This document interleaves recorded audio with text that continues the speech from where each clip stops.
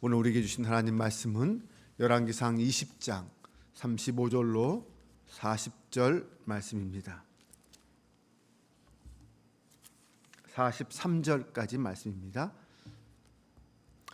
열왕기상 20장 35절에서 43절 말씀, 저와 여러분이 한 절씩 교독하며 봉독하겠습니다. 선지자의 무리 중 한 사람이 여호와의 말씀을 그의 친구에게 이르되 너는 나를 치라 하였더니 그 사람이 치기를 싫어하는지라. 그가 그 사람에게 이르되 내가 여호와의 말씀을 듣지 아니하였으니 내가 나를 떠날 때에 사자가 너를 죽이리라. 사람이 그 곁을 떠나가더니 사자가 그를 만나 죽였더라. 그가 또 다른 사람을 만나 이르되 너는 나를 치려 하매 그 사람이 그를 치되 상하도록 친지라.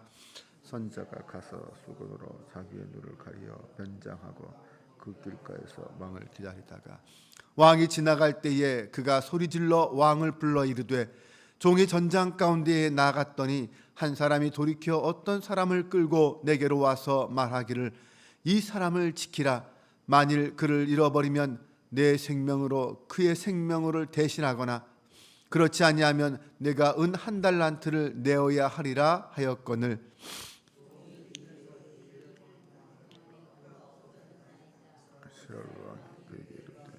내가 스스로 결정하였으니 그대로 당하여야 하리라.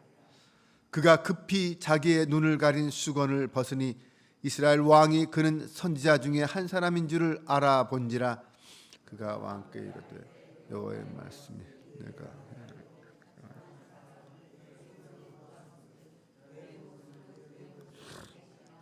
내 백성은 그의 백성을 대신하라.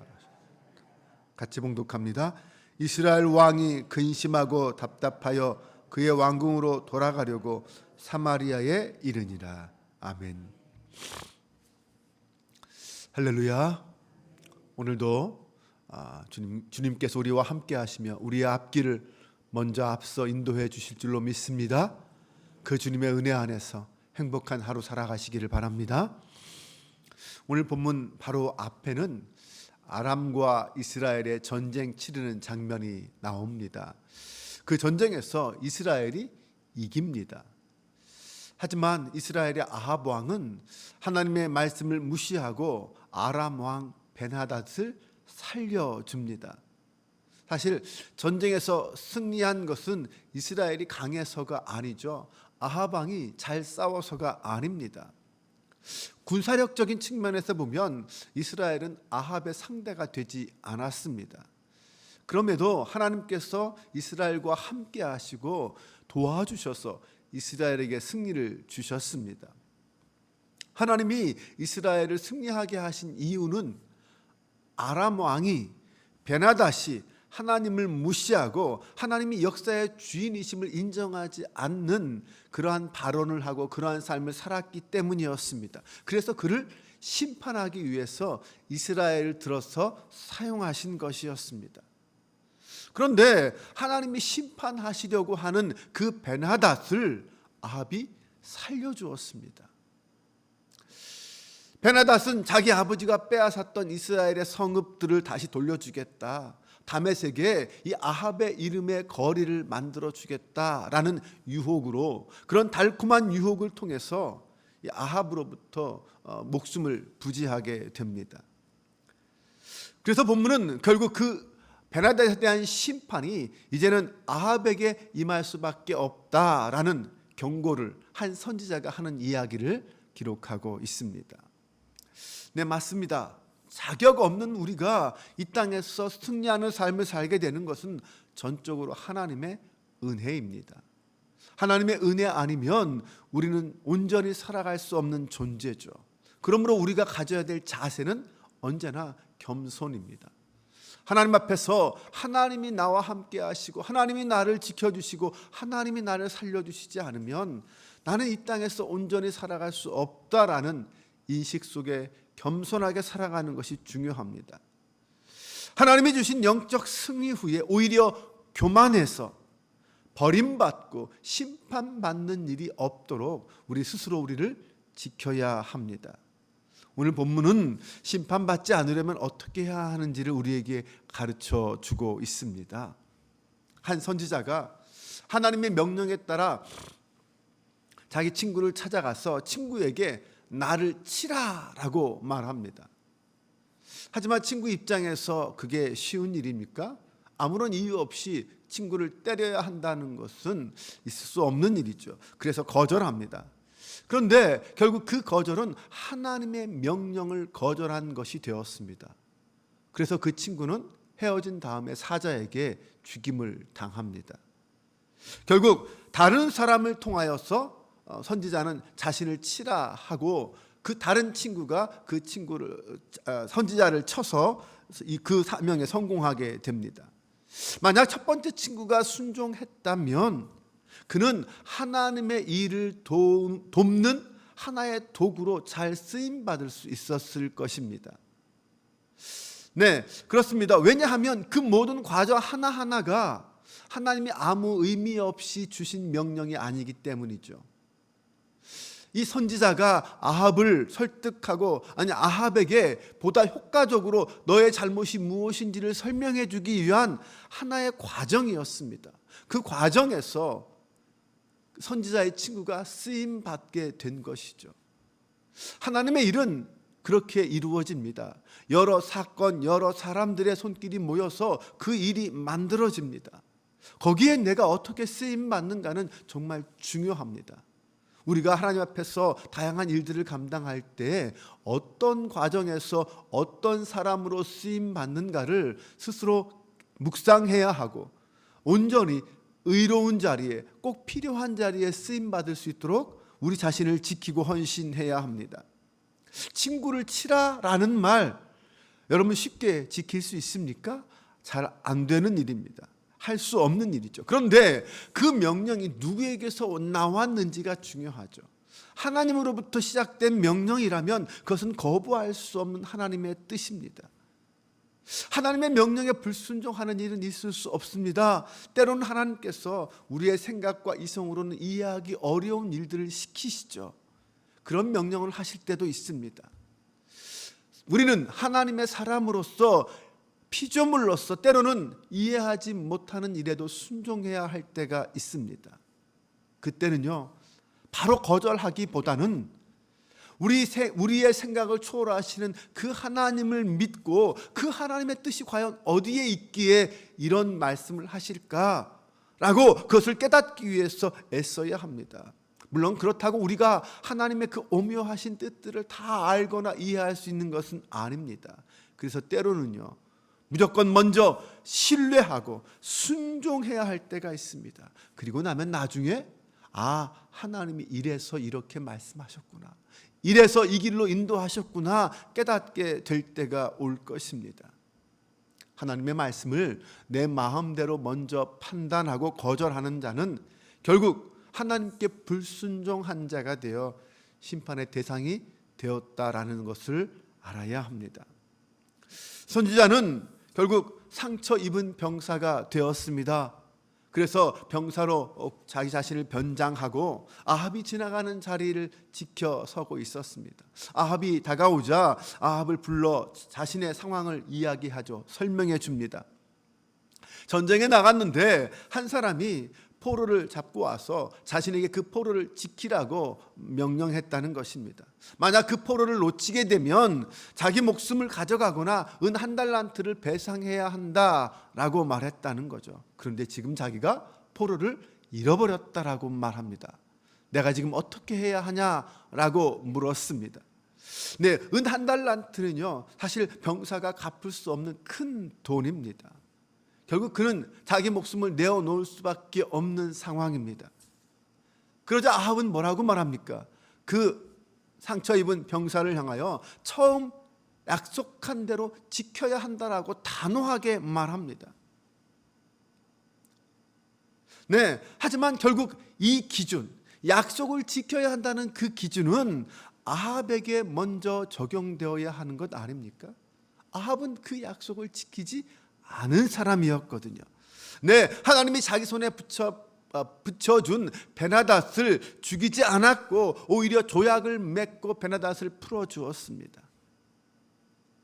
그는 결국 스스로 자신에 대한 심판의 기준을 스스로 자기 입으로 선포한 것밖에 되지 않았습니다. 약속을 이행해야 한다라는 결국 그 약속이 자신에게 적용되어야 한다라는 것입니다.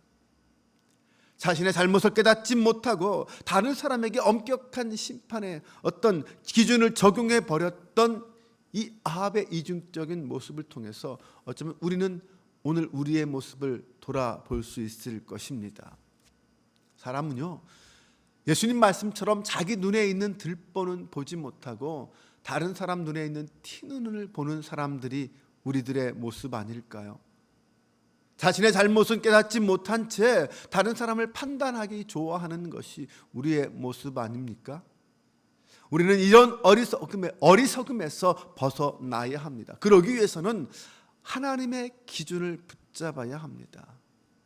하나님께 온전히 순종해야 합니다. 아합의 말을 들은 선지자는 재빨리 변장을 풉니다. 그리고 자신의 정체를 밝히죠. 그제서야 아합은 그가 선지자임을 알아차립니다. 선지자는 아합에게 분명히 말합니다. 대적인 베나닷을 살려준 대가로 당신은 당신의 목숨을 내놓아야 할 거다라고 말합니다.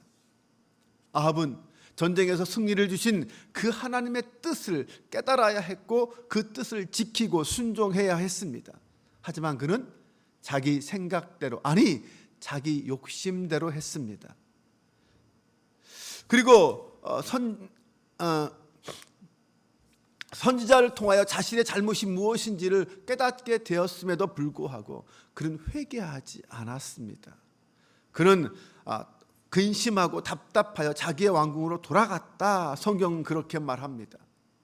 아합은 결국 자신의 유익 때문에, 자신의 명예, 자신의 어떤 교만, 그것 때문에 베나닷과 조약을 맺고 그를 살려주었습니다. 하나님의 말씀을 순종하지도 않았고 회개하지도 않았습니다. 그 결과는 하나님의 심판뿐입니다. 사랑하는 여러분, 오늘 우리도 자신의 모습을 겸손하게 돌아보기를 원합니다. 본래 자격 없는 우리는 하나님의 은혜와 사랑을 입었습니다. 그 은혜를 늘 기억해야 합니다. 그리고 행여나 아합처럼 승리한 후에 교만에 빠지는 그런 어리석은 사람이 되지 말아야 합니다. 마귀는 끊임없이 우리를 유혹합니다. 마귀가 예수님을 찾아와서 세상의 그 모든 명예와 권세를 다 보여주고 미혹했죠. 그것을 얻으려면 내게 절하라. 네, 우리도 끊임없이 그런 마귀의 유혹에 사로잡힐 수 있습니다. 예수님께서 말씀으로 그 마귀를 물리치신 것처럼 우리도 하나님의 말씀에 사로잡혀서 그 마귀의 유혹을 이겨내야 합니다. 행여나 우리가 잘못할 때가 있습니다. 그렇다면 하나님께서 우리에게 주시는 회개의 기회가 왔을 때 빨리 돌이켜 회개해야 합니다. 아합에게는 이 선지자가 찾아와서 연극을 통하여서 자신의 잘못을 지적했을 그때가 마지막 회개의 기회였습니다. 그러나 그는 끝내 회개를 거부하고 사마리아로 돌아갑니다. 43절을 현대어 성경에서는 이렇게 번역했습니다. 아합 왕은 몹시 기분이 상하여 화를 내면서 사마리아의 왕궁으로 돌아갔다. 근심하여 답답하다라고 개역개정은 번역했는데 현대어는 몹시 기분이 상하여 화를 내면서, 어쩌면 이것이 훨씬 더 실제적인 번역인 것 같습니다. 우리는 여기서 아합과 다윗의 차이를 분명하게 알 수 있습니다. 다윗은 우리야 사건 때에 자신의 잘못을 지적하는 나단 선지자의 말에 어떻게 반응했습니까? 그 자리에서 무릎 꿇고 눈물로 회개했습니다. 자신의 잘못을 인정하고 회개했습니다. 비록 그도 그 죄로 인한 대가는 치루었지만 심판은 받지 않았습니다. 그러나 아합은 죄를 지적하는 선지자의 말에 기분이 상했습니다. 화가 났습니다. 오늘도 우리는 하루의 삶을 살아갑니다. 우리가 하루 동안 살아가면서 다 좋은 일만 할 수는 없죠.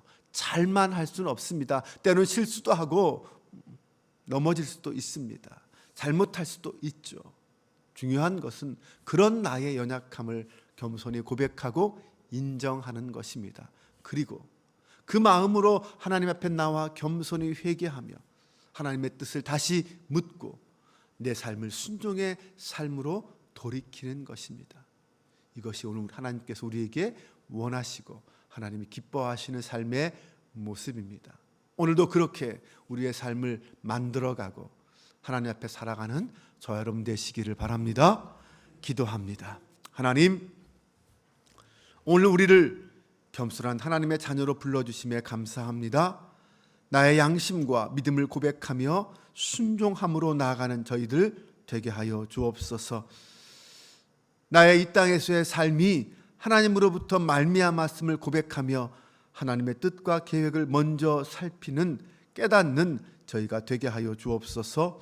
사랑의 하나님, 우리의 삶이 내 욕심과 생각대로 사는 인생이 아니라 하나님의 뜻을 찾고 순종하는 삶이 되길 원합니다. 하나님의 영광이 먼저인 삶의 우선순위가 붙잡힌 저희가 되게 하여 주옵소서. 우리에게도 영적 베나다시 있음을 고백합니다. 성공 이후에 다가오는 유혹과 교만에 빠지지 말게 하여 주옵소서. 광야의 시험에서 승리하신 예수님을 본받는 저희들 되게 하여 주옵소서. 우리 주 예수 그리스도의 이름으로 기도합니다. 아멘.